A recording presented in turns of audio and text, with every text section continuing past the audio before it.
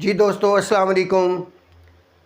आप लोग अक्सर देखते हैं कि तकरीबन आजकल हर दूसरे घर में कोई ना कोई ब्लड प्रेशर का मरीज़ आपके इर्द गिर्द पाया जाता है या आपका कोई फैमिली का मेंबर पाया जाता है।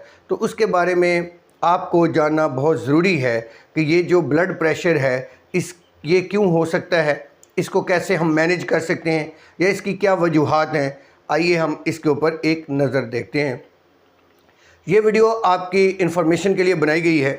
जो ब्लड प्रेशर है उसकी क्या वजूहात हो सकती है। ब्लड प्रेशर होता क्या है? ब्लड प्रेशर जो है, हमारी जो खून की नलियां हैं, जो ब्लड है, वो जब वो नलियों से टकराता है तो जो प्रेशर बिल्ट होता है ये मिलीमीटर इन मरकरी में मेजर किया जाता है, जो नॉर्मली 120 और से जो है 80 तक होना चाहिए, सिस्टोलिक और डायसिस्टोलिक।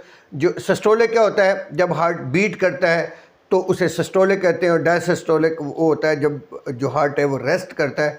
तो 80 और 120 जो है वो एक आइडियल जो है हमारा ब्लड प्रेशर होता है।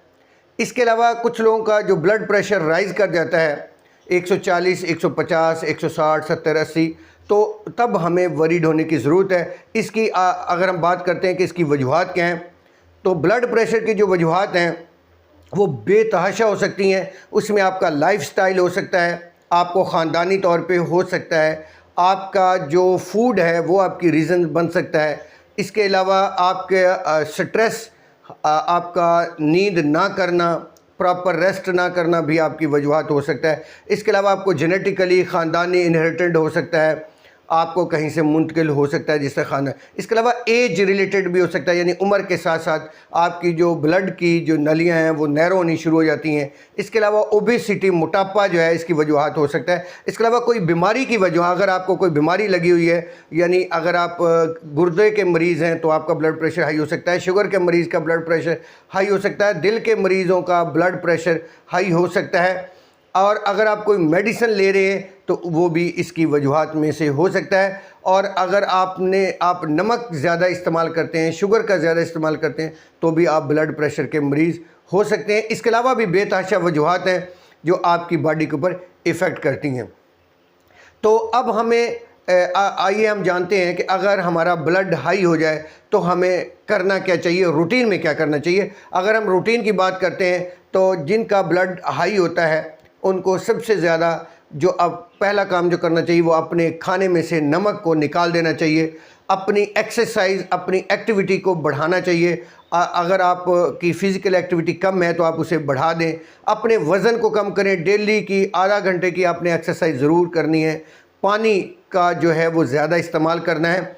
इसके अलावा ग्रीन टी जो है वो इसके लिए बेहतरीन है, आप ग्रीन टी का इस्तेमाल करें। इसके अलावा कुछ फ्रूट्स हैं वो आप इस्तेमाल कर सकते हैं, जिस तरह सिट्रस फ्रूट हैं वो आप इसका इस्तेमाल कर सकते हैं। और भी इसके अलावा वेजिटेबल्स हैं जो आपके ब्लड को मैनेज करती हैं। इसके अलावा अगर हम बात करते हैं कि इसको और अपने खाने में से ऑयल को, जंक फूड को बिल्कुल निकाल देना है, ऑयल का इस्तेमाल कम से कम करना है, तो आप इसको बेहतर अंदाज में मैनेज कर सकते हैं। इसके अलावा योगा है, मसलन आपने जो है वो डेली बेस पे सांस को नाक के थ्रू इनहेल करें और मुंह के थ्रू निकालें। सांस की थेरापी है, बेतहाशा एक्सरसाइज है। एक नाक को रोक कर एक से सांस इनहेल करें, दूसरे से निकालें। इस तरह की सांस की बहुत ज़्यादा थेरापी है, वो आप करें, अपनी एक्सरसाइज को बेहतर करें। इसके अलावा अगर हम मेडिसिन की बात करते हैं तो जो मेडिसिन पहली लाइन ऑफ थेरापी में दी जाती है वो calcium channel CCB, calcium channel blocker है, जिसका नाम आपने अक्सर नाम सुना होगा, अम्लोडिपिन है। अम्लोडिपिन जो है वो इनिशियली लॉन्ग टर्म एक्टिंग है, यानी आप पूरे दिन में एक टैबलेट ले लेते हैं तो वो इनिशियली आपको मैनेज करती है। इसके बाद दूसरे नंबर पे जो आपको मेडिसिन दी जा सकती है वो है लोसार्टन है या वेलसार्टन है।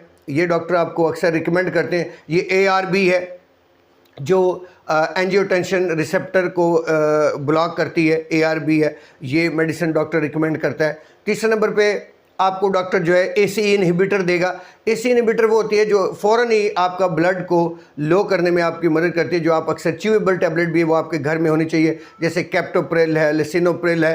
कैप्टोप्रिल की जो है वो 10 से 20 12.5 से 25 मिलीग्राम की टैबलेट्स अवेलेबल है जो च्यूएबल है, और आप उसको फ़ौरन अपने ब्लड को मैनेज कर सकते हैं।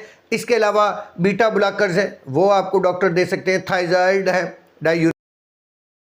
बीटा ब्लॉकर के साथ थायराइड डाइयूरेट्स डॉक्टर आपको दे सकते हैं, जिससे आपको फ़ौरन ही यूरिन आ जाएगा, वाटर जो है बॉडी से निकलेगा और आपका ब्लड जो है वो लो हो जाएगा।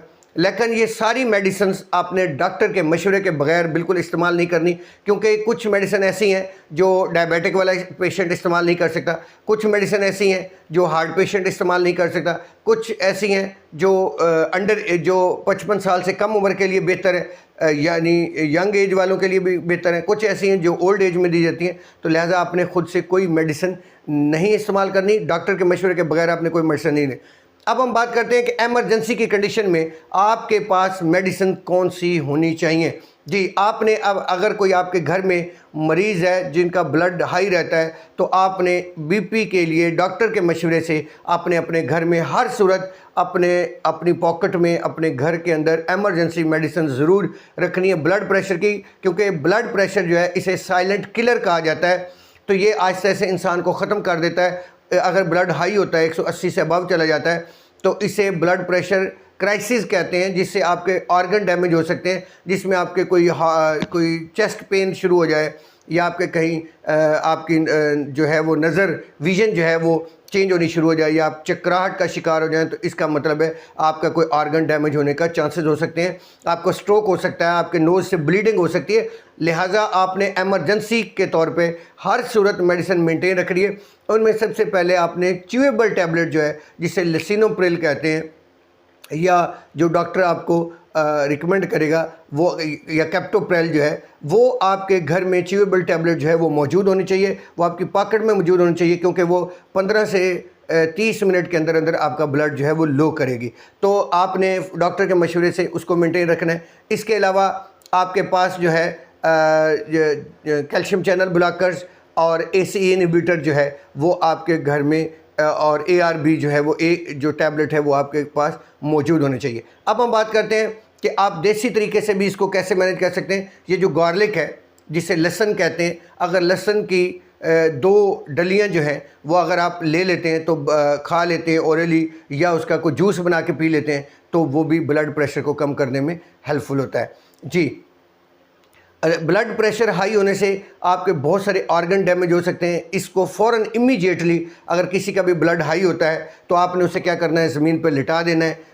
अगर आप खड़े हैं तो आपने लेट जाना है, आपने अपने नाक से सांस इनहेल करना और मुंह से निकालना है, और आपने रेस्ट करना है। फ़ौरन ही टैबलेट ज़ुबान के नीचे रखनी है और इमीडिएटली या तो आप एमरजेंसी कॉल करें या आप फ़ौरन ही हॉस्पिटल जाने का मैनेज करें। जी, बहुत शुक्रिया। हमारा मकसद आपको आगाही देना है ताकि कोई भी आपका प्यारा किसी ब्लड प्रेशर की वजह से जो मैनेज करने में कोई गलती हो जाए तो कहीं कोई ज़्यादा डैमेज ना हो जाए, उससे हार्ट स्ट्रोक हो सकता है, ब्रेन हैमरेज हो सकता है, पैरालिसिस हो सकता है, या कुछ भी जो है वो कोई ऑर्गन डैमेज हो सकता है। लिहाजा आपने इमीडिएटली उसको डॉक्टर के पास लेके जाना है।